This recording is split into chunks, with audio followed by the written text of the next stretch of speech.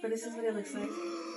Yeah, shocked is definitely the word because I did not think I'd have to be cutting 4 inches off of my hair. So let's just take it from the top. That morning, my hair was looking super frizzy, but I figured it was just because I was due for a trim. I knew I had some problem areas from occasional sleek styles, but I didn't think it was that bad. So fast forward to my appointment with Alexis. This is my first time going to her, but I've been seeing her work on Instagram and she does an amazing job. So I booked with her as soon as her schedule opened up. And once I arrived, she immediately washed my hair and we started talking about our hair journeys. I told her I was focusing on length retention after cutting a lot of my hair due to breakage at the start of last year. I explained that over manipulating my hair and constant styling had done some real damage, so I've been sticking to low tension styles and wash and goes all last year. She also asked if I plan to grow out my color, and I told her yes because it dries out my hair, but again, everything seemed fine until she started blowing out my hair. That's when I really saw more of the breakage, but I was still hopeful because I stay on top of my trims, my last one being in December, and yeah, I knew my front was a little rough from all the slick backs, but I wasn't expecting anything major. Then came the moment of truth. She finished blow drying, put out the hair cutting cape, and showed me a picture, and I was shocked. Like, how did it get this bad? I've been doing all the right things, low manipulation styles, regular trims, everything. So my brain was just spinning, and then she hit me with the question, Where would you go? You tell me where you would go.